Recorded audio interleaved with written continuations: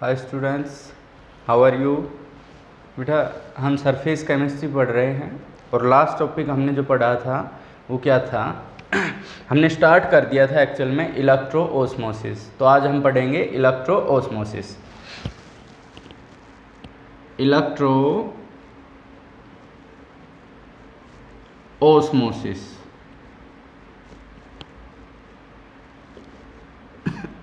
इससे पहले हमने कैटाफोरेसिस या इलेक्ट्रोफोरेसिस पढ़ा था। उम्मीद है अच्छे से समझ आया होगा। और ये जो टॉपिक्स हैं ये पढ़ेंगे, ये भी बहुत इंपॉर्टेंट है, मैंने पहले भी आप लोगों से डिस्कस किया था। तो चलो इलेक्ट्रो ओस्मोसिस के बारे में पढ़ते हैं। बेटा मान लो ये अरेंजमेंट हम ले रहे हैं इस तरीके से, ध्यान से देखना। ये अरेंजमेंट ले लिया हमने इस तरीके से।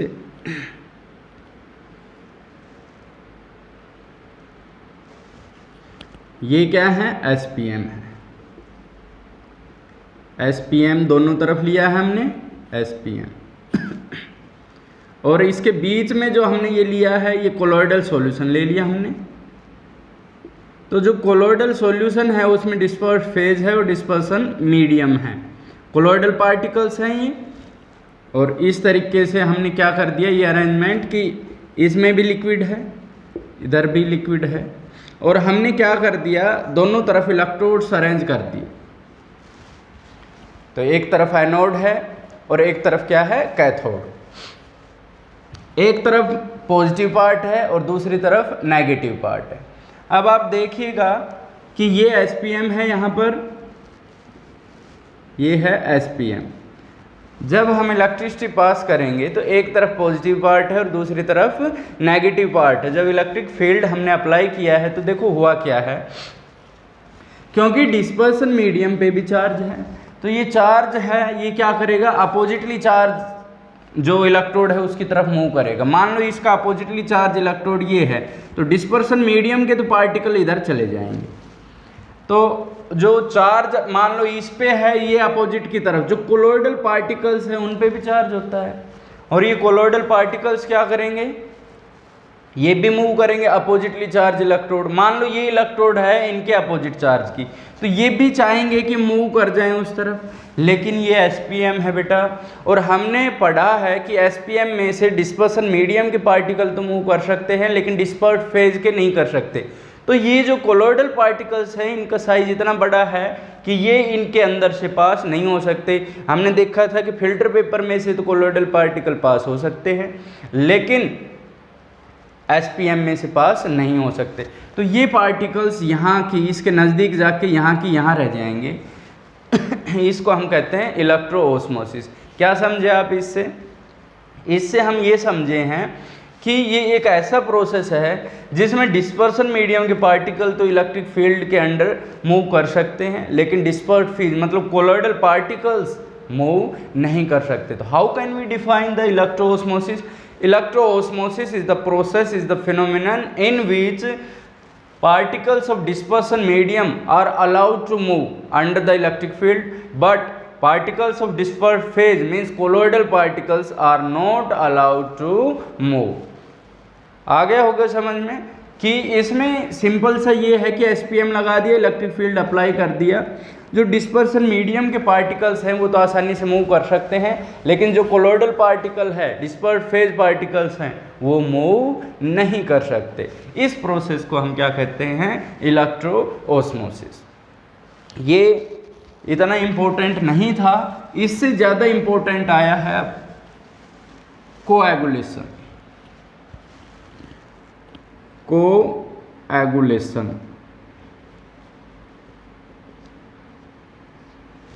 और फ्लोकुलेशन भी बोलते हैं इसको, या फिर प्रेसिपिटेशन भी कह सकते हैं। लगभग एक टर्म है, एक जैसी है, थोड़ा बहुत डिफरेंस है। तो व्हाट इज कोएगुलेशन, ये मैं आपको समझाने जा रहा हूँ। ध्यान से समझना, इंपॉर्टेंट है और इजी भी है, बहुत इजी है। ये कैसे है मैं बताता हूँ। जैसे ये कोलॉइडल पार्टिकल्स हैं, बेटा ये हमारे पास हैं कोलोइडल पार्टिकल्स, और हमने बताया था कोलोइडल पार्टिकल्स पे सेम चार्ज होता है। अब इन पे सेम चार्ज है तो ये एक दूसरे के नज़दीक नहीं आ पा रहे हैं। क्यों नहीं आ पा रहे हैं? क्योंकि सेम चार्ज है। मान लो इन पे सब पे नेगेटिव चार्ज है, मैंने ये बता दिया all of these contains negative charge. तो नेगेटिव चार्ज होने की वजह से ये क्या करेंगे, एक दूसरे को रिपेल करेंगे। अब रिपेल करेंगे तो ये इकट्ठे नहीं हो सकते। अगर हम इन पे oppositely charged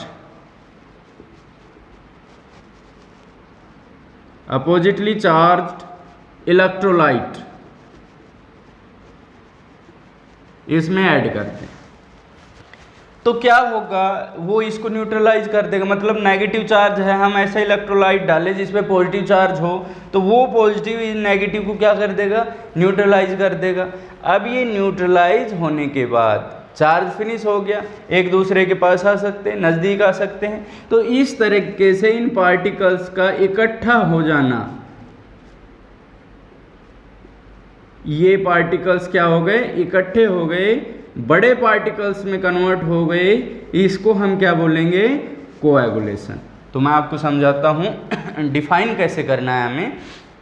coagulation is the process in which colloidal particles are treated with oppositely charged electrolytes so that particles come closer and convert in large size particles, that is known as coagulation।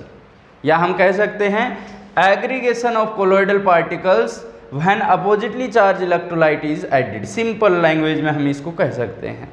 अब आप देखना, जैसे मान लो हमने इसमें NaCl डाला है, तो NaCl में है तो दोनों ही Na पॉजिटिव भी है और Cl नेगेटिव भी है, लेकिन ये अट्रैक्ट किसको करेगा, oppositely charge means Na positive. तो जो Na पॉजिटिव आयन है ये इन सबको न्यूट्रलाइज कर देगा और ये फिर एक दूसरे के नज़दीक आ सकते हैं, क्लोज आ सकते हैं और इस तरह से इकट्ठे हो सकते हैं। इस प्रोसेस को हम क्या कहते हैं, कोएगुलेशन कहते हैं। बहुत पूछा जाता है कोएगुलेशन। इसके बाद आता है coagulation value. Coagulation value, what is coagulation value? Minimum amount of oppositely charged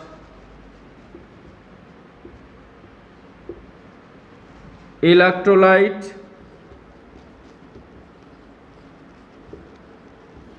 in millimoles. ये भी ध्यान रखना कि किस टर्म में लेना है, कौन सी यूनिट लेनी है हमें, इन मिलीमोल्स।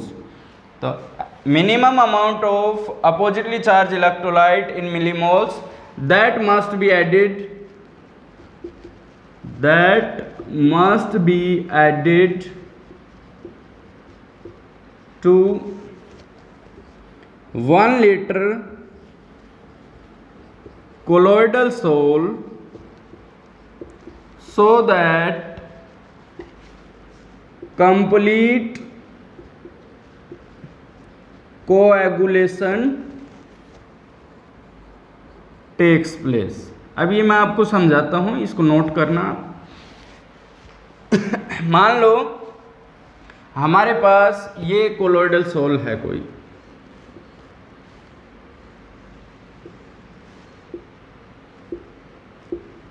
ये हमारे पास कोलोइडल सोल है, ध्यान से समझना बेटा।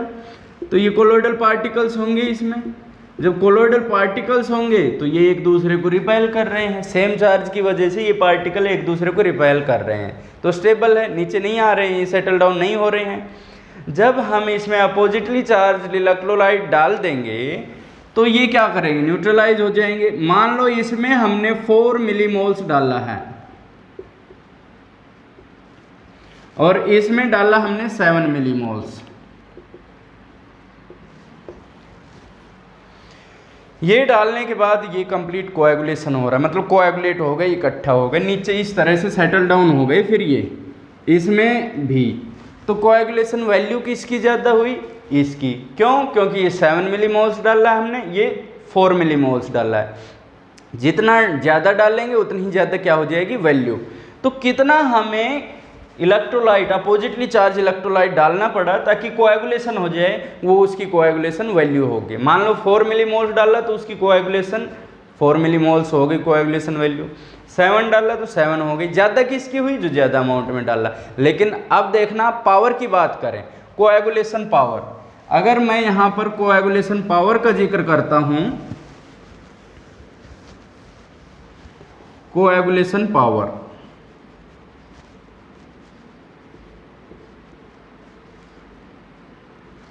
बेटा that is inversely proportional to coagulation value.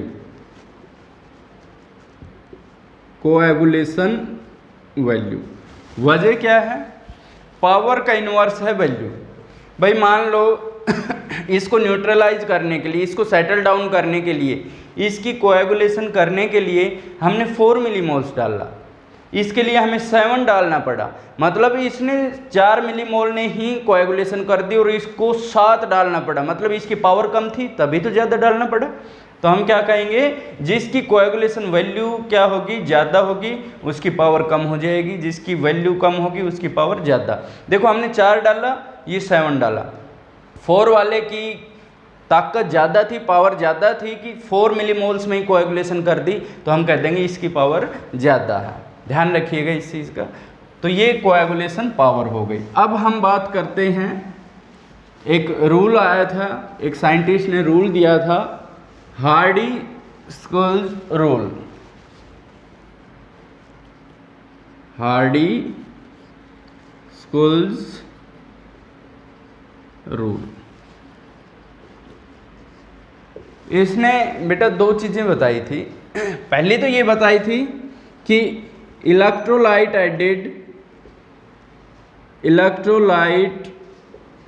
Added must be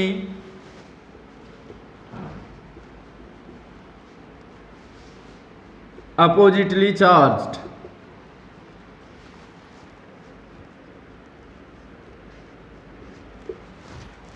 कि एक तो जैसे कोएगुलेशन के लिए हमने इलेक्ट्रोलाइट ऐड किया है, वो अपोजिटली चार्ज होना चाहिए। जैसे कि मान लो कोलॉइडल सोल पे नेगेटिव चार्ज है तो इलेक्ट्रोलाइट डालेंगे उस पर कैसा चार्ज होना चाहिए?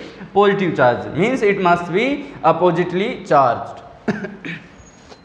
सेकंड जो पॉइंट है बहुत इंपॉर्टेंट पॉइंट है। सेकंड पॉइंट था हायर द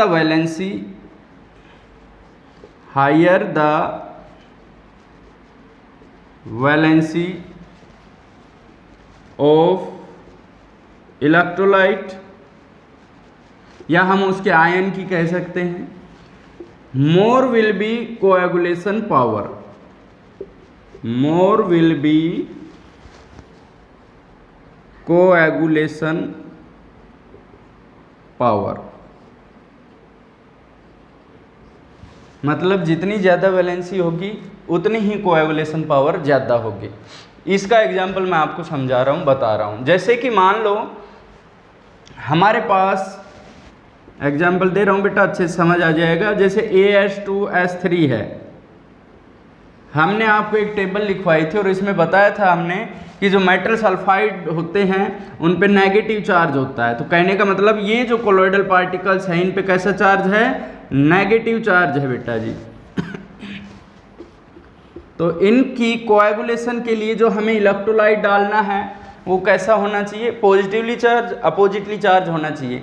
तो अगर मैं डालूं, एक इलेक्ट्रोलाइट मैंने डाला Na पॉजिटिव, दूसरा डाला मैंने Mg2 पॉजिटिव, तीसरा डाला मैंने Al3 पॉजिटिव।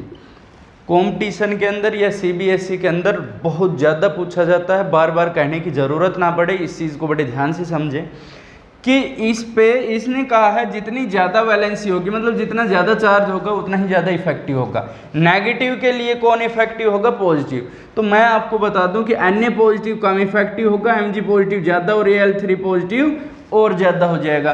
तो ऑर्डर ऑफ इफेक्टिवनेस या ऑर्डर ऑफ कोएगुलेशन पावर बता रहा हूँ मैं, Al3 पॉजिटिव की ज़्यादा होगी, फिर Mg2 पॉजिटिव की होगी और फिर Al3 पॉजिटिव की होगी, फिर Na पॉजिटिव की होगी। मतलब जितना ज़्यादा चार्ज होगा उतनी ही ज़्यादा क्या होगी कोएगुलेशन पावर, उतना ही जल्दी कोएगुलेट करेगा। ध्यान रखिएगा, इस चीज़ को ध्यान से समझिएगा। ऐसे क्वेश्चंस कहते हैं AH2H3 को कोएगुलेट करने के लिए सबसे ज़्यादा कोएगुलेशन पावर किसकी होगी या कौन सबसे ज़्यादा इफेक्टिव होगा, बहुत ज़्यादा पूछा जाता है। अब और जैसे कि मैं आपसे पूछूं कि जैसे हमारे पास FeOH3 है, कोलोइडल फॉर्म बनाया था हमने FeOH की होल थ्राइड, फेरिक हाइड्रोक्साइड, ये कैसा बताया था हमने, पॉजिटिवली चार्ज बताया था। इसमें हमने इलेक्ट्रोलाइट FeCl3 डाला था, इस पे पूरे पे पॉजिटिव चार्ज आ गया था, पेप्टाइजेशन में पढ़ा था हमने। तो बेटा अब ये पॉजिटिव है तो इसके लिए हमें कैसा डालना पड़ेगा, नेगेटिव। तो जैसे हमसे पूछ लिया जाए FeCN6 4 negative, SO4 2 negative, PO4 3 negative. अब इनमें से ये पूछेगा कि इसकी कोएगुलेशन के लिए सबसे ज़्यादा इफेक्टिव कौन सा होगा। तो पॉजिटिव है तो उसके लिए नेगेटिवली चार्ज चाहिएगा, तो सबसे ज़्यादा चार्ज इस पे होगा। फर्स्ट पोजीशन पे ये रहेगा, सेकंड पे ये रहेगा और थर्ड पे ये रहेगा। तो सबसे ज़्यादा इफेक्टिव FeCN6 4 नेगेटिव, बहुत ज़्यादा पूछा जाता है। ध्यान रखिएगा, बार बार कहने की ज़रूरत ना पड़े कि जितना ज़्यादा चार्ज होगा उतना ही ज़्यादा इफेक्टिव, मतलब उतनी ही ज़्यादा कोलोइडल जो पावर होगी, कोएगुलेशन पावर होगी। ठीक है, तो ये आप ध्यान रखिएगा, हार्डी-स्कोल्ज रूल। अब इसके बाद मैं आपको बताता हूँ प्रोटेक्टिव कोलोइड्स क्या होते हैं। प्रोटेक्टिव कोलोइड्स, इसमें आप देखेंगे कि जैसे हमने एक वेसल ले लिया, ये वेसल ले लिया हमने और इसमें कोई लिक्विड है,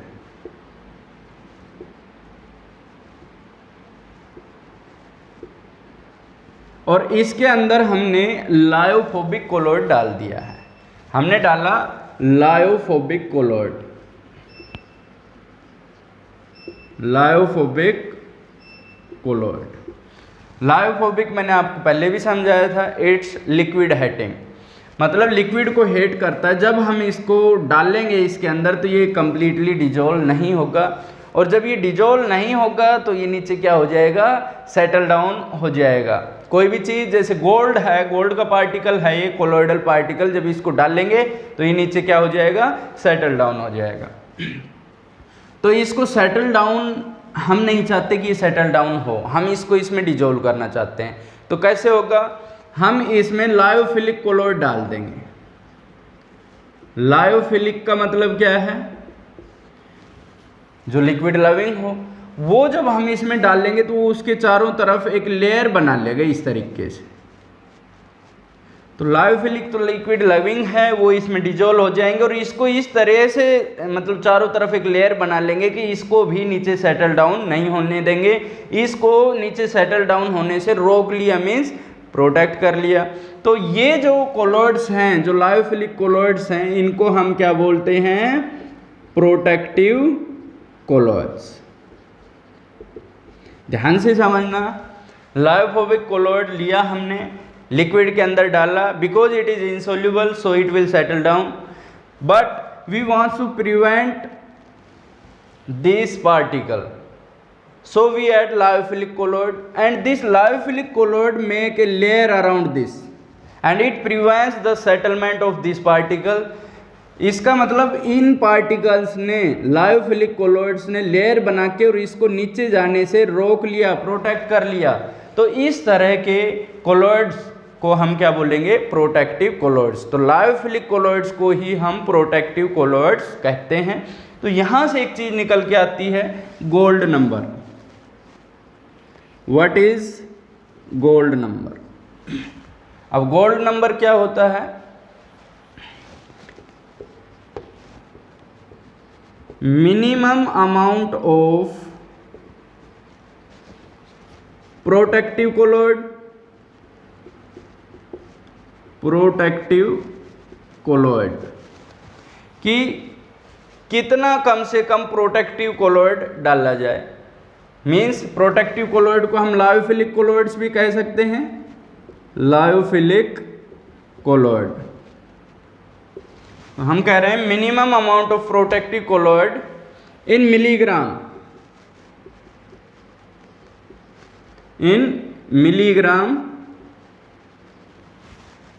so that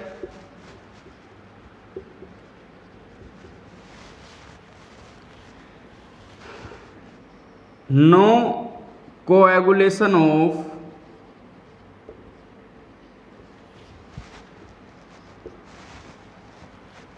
ten ml lyophobic colloid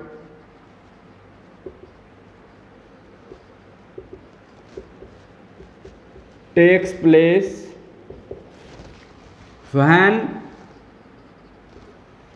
1 ml of 10% NaCl is added to it. समझना बेटा कि हमने मान लो ये 10 ml लिया लायोफोबिक कोलॉइड लिया, ठीक है, और उसके अंदर जैसे हमने लायोफिलिक डाला तो मिलीग्राम में कितना डालना पड़े कि इनकी कोएगुलेशन ना हो, वो इनको नीचे सेटल डाउन होने से बचा ले, तो वो उसका क्या होगा, गोल्ड नंबर होगा। कब? जब हम 1 ml 10% NaCl 10% हम इसमें क्या डाल दें, NaCl भी डाल दें, तो इसकी कोएगुलेशन को रोक ले, इसको सेटल डाउन होने से रोक ले, वो उसका क्या होगा, गोल्ड नंबर। फिर से बताता हूँ कि जैसे हमने इसके अंदर कोलोइडल पार्टिकल डाला, 10 ml ले लिया हमने कोलोइड सॉल्यूशन, ये क्या चाहेंगे, नीचे सेटल डाउन होना चाहेंगे, लायोफोबिक है।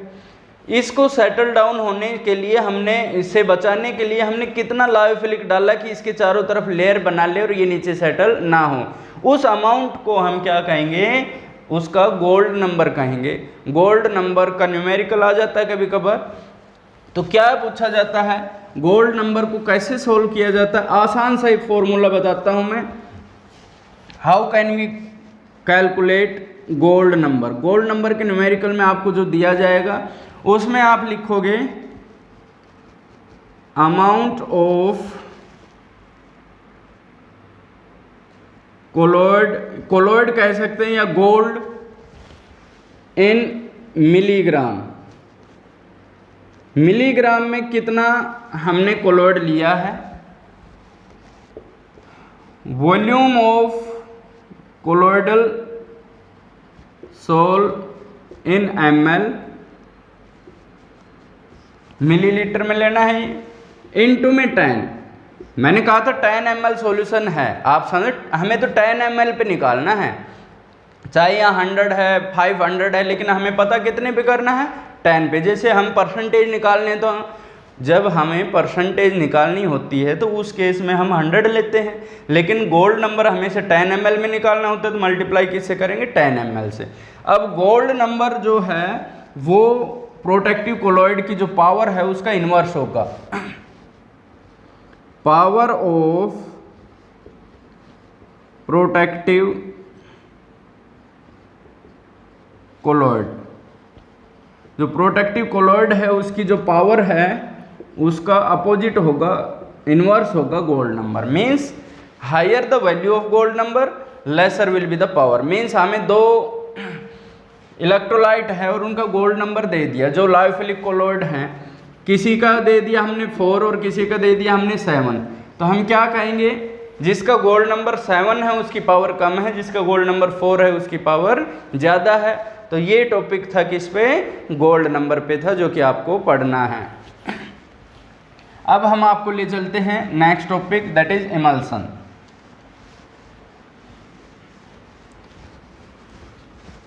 नेक्स्ट टॉपिक है इमल्सन।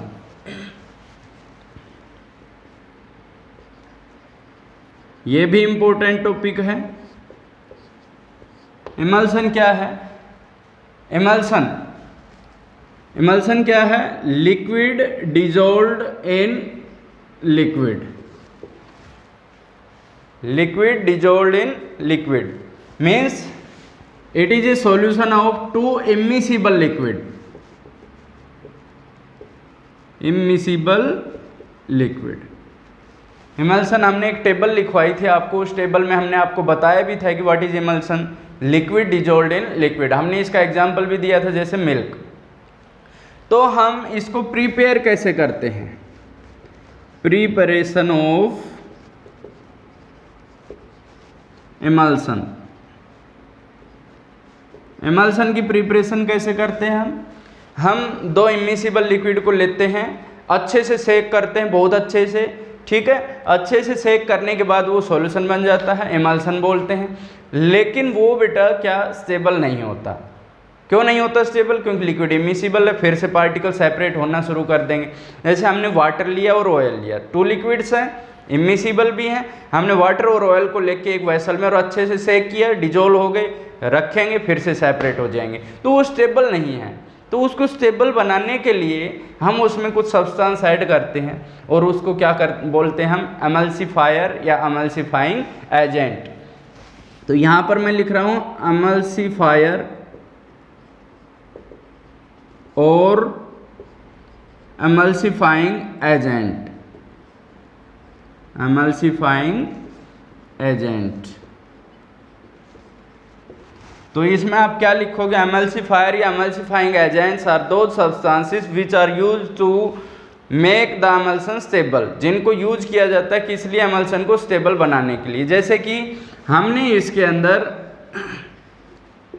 वाटर लिया और हमने ऑयल ले लिया, लेकिन ये जो ऑयल है ये इस वाटर के अंदर सोल्यूबल नहीं है, तो एमल्सन स्टेबल नहीं बनेगा। इसको सोल्यूबल बनाने के लिए हमने इसके अंदर बेटा सोप डाल दिया। तो जो सोप है, वाटर और ऑयल के अंदर अगर हम सोप डालते हैं तो ये एमल्सिफायर है, एमल्सिफाइंग एजेंट है, एमल्सन को क्या बना रहा है? स्टेबल बना रहा है। तो हम क्या कहेंगे कि soap plays a role of emulsifying agent in water and oil. क्यों? सोप का हमने बताया था दो पार्ट आपको बताए थे, RCOO नेगेटिव, मीन्स R क्या था? Hydrophobic tell, hydrophilic head, CO negative. तो इनमें जो टेल है वो तो यहाँ डिजोल्व हो रही थी और हेड इसके ऊपर, हेड यहाँ, टेल यहाँ, हेड यहाँ, टेल यहाँ, हेड यहाँ, टेल यहाँ। तो इसका एक पार्ट तो वाटर में डिजोल्व हो गया और दूसरा ऑयल में। तो ऑयल और वाटर दोनों को बांध के रख रहे हैं, ये स्टेबल बना रहे हैं। तो इस सोप को हम एमल्सिफाइंग एजेंट और एमल्सिफायर कहेंगे, because it is making this emulsion stable. ठीक है बेटा। टाइप्स ऑफ एमल्सन और पढ़ा देता हूं मैं आप लोगों को। टाइप्स ऑफ एमल्सन, इसकी टाइप्स पढ़ाएंगे हम।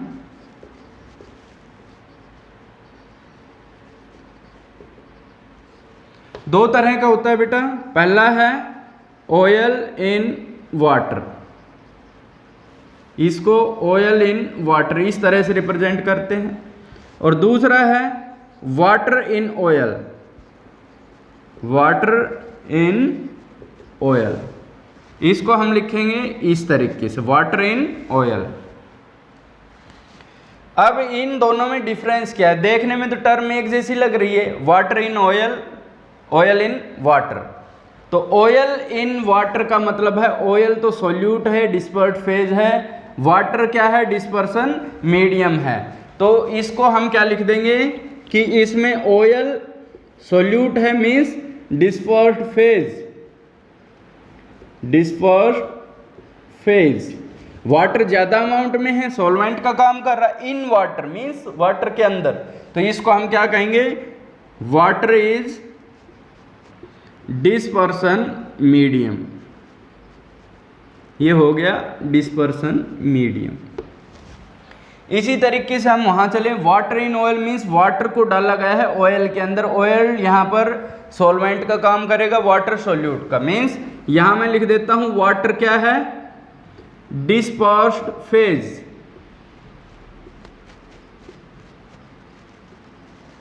यहां ऑयल है,